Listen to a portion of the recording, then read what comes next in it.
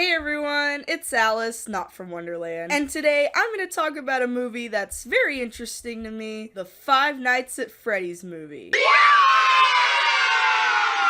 Oh, also, voice reveal! Don't I just have the most sexiest and charming voice you've ever heard of in your whole life? Anyway, with the second anniversary and a sequel coming right around the corner, I thought it would be the perfect time to share my thoughts on it.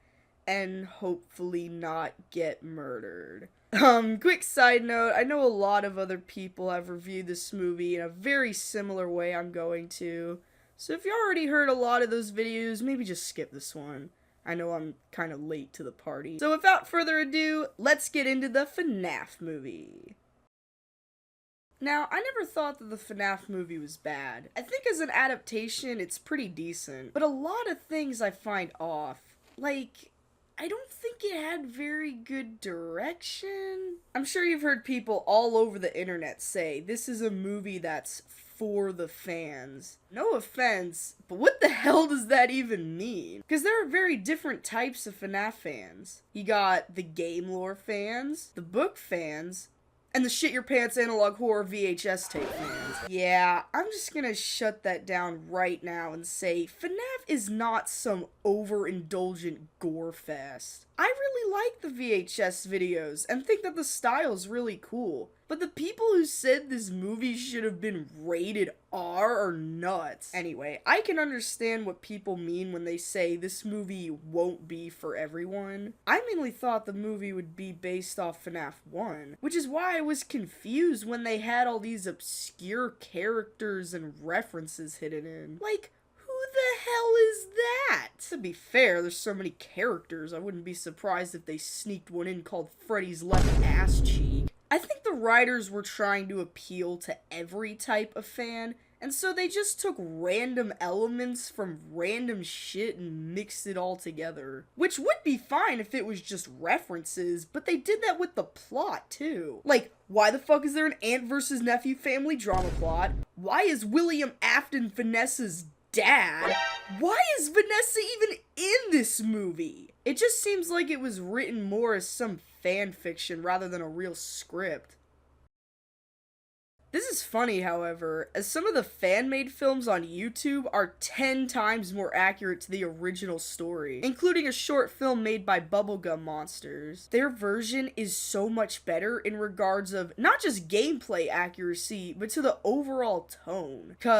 And I know people will back me up on this movie is not scary. Maybe there were a few screams here and there, but overall it's just boring. Going from the stale atmosphere to the surprising lack of jump scares to the fact that the first time the animatronics attack a group of people, it's during the day? Hold on, let me just... But I think one of the main reasons why FNAF wasn't that scary, for me at least, is there wasn't enough build-up. There's almost no build-up to the animatronics or scares. And when there is, the payoff is just disappointing. There's a big difference between Chica's kitchen scene here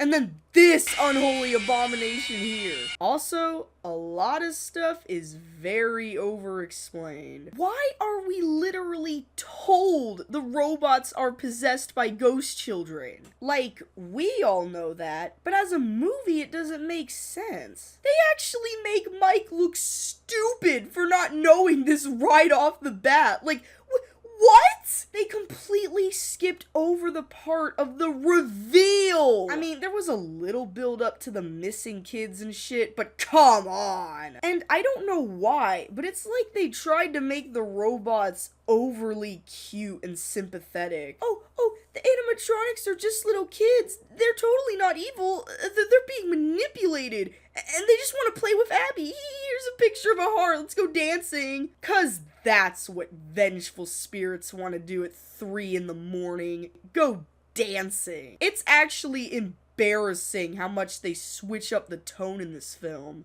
But Alice, they're kids.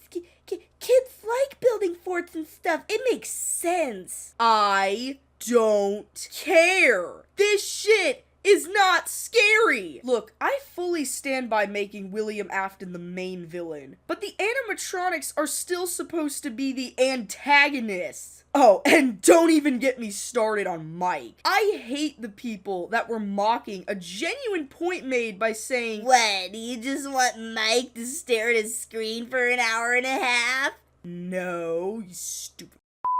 When I say I want the movie to be more like the games, I don't mean I want Mike to sit on his fat ass the whole time. What I mean is that they could have written the story in a way that would have made a lot more sense in the context of a horror film. Like, wouldn't it be cool if instead of Mike sleeping like a little bitch, he actually got up and walked around the restaurant? I mean, he does do this, but it's mostly with Vanessa and Abby, so it's not as scary. Also, Bonnie's totally a cockblocker. Wanna dance?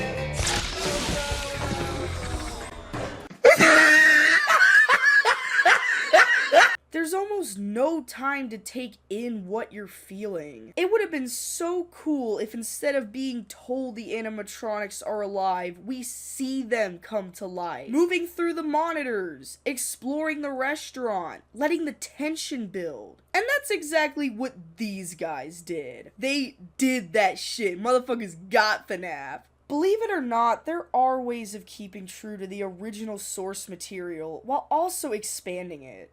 Either way, just do something other than nap, damn it. Now, there's one last thing I wanted to say, and it's the scariest thing of all. Controversial opinions!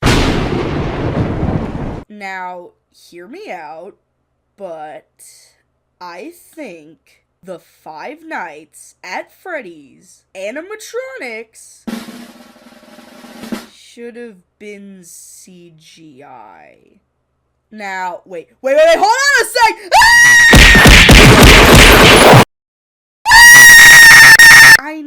I know, everyone loved the fact that the movie used real-life animatronics and costumes. I remember everybody got super excited that it was gonna be purely practical effects. And for the robot scenes, sure, because that's what they actually are. But I think for the scenes where they move off stage, CGI specifically could have been useful. Think about it. The characters are supposed to be unsettling, so they could move and feel unsettling too. Knowing they're computer generated would make them feel more lifeless. So instead of looking realistic while feeling scary, they could look scary and feel more realistic. If that makes any sense. It would have also helped either way if they barely had any scenes where they moved. Part of the reason they're so scary in the game is the fact that we never see them go from room to room. They teleport. It would have been more effectively creepy if they kept them hidden in the shadows. But back to my point, CGI, I think, would have made sense more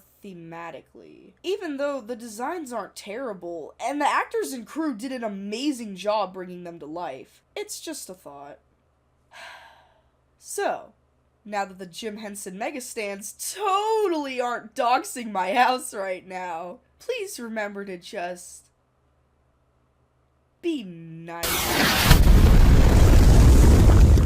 So, what can I say about the FNAF movie? It was aight. I think the internet summed it up best when they said it was just mid. Would I watch it every year? Probably not.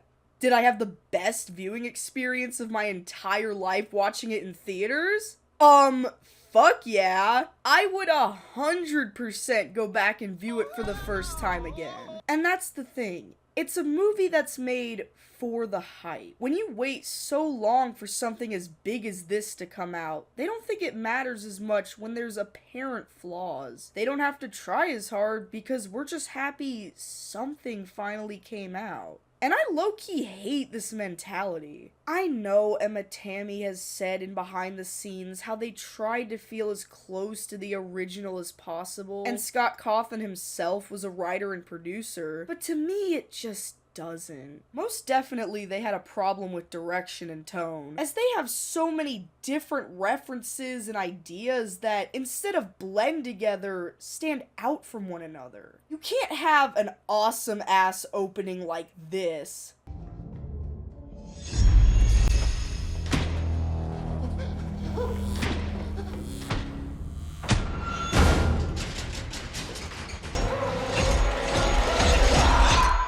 And then goofy shit like this later on. There were things I really enjoyed about this movie, however. So I won't stop, love to see that thing go.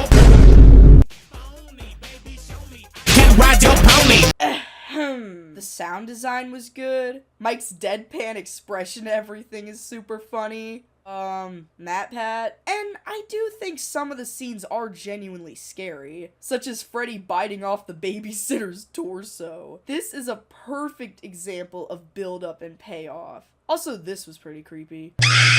But aside from sound, humor, and a few well-done scenes go, it just misses hard. There are so many stupid changes and things done wrong. Like, why? Fucking why does the cupcake have the highest kill count in the movie? It doesn't even exist in the first game, and in here, it's the main character. Last time I checked, no human soul nor body possessed the fucking cupcake. Oh, also these gloves.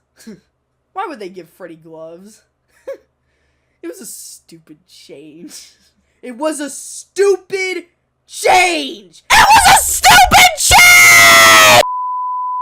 Already stole enough from Chuck E. Cheese. And then Chuck E. stole from them. Overall, there was either too many things missing or too many things they needed to take out. And I know, for a fact, the writers can't live up to everyone's expectations. It's impossible. But they structured this movie in such a confusing way. I like it, but it's a shame that I couldn't love it like I've been waiting to for more than 10 years. God damn, I'm getting old. Even if it's not the worst reimagined movie in the world, I definitely think it was the most odd.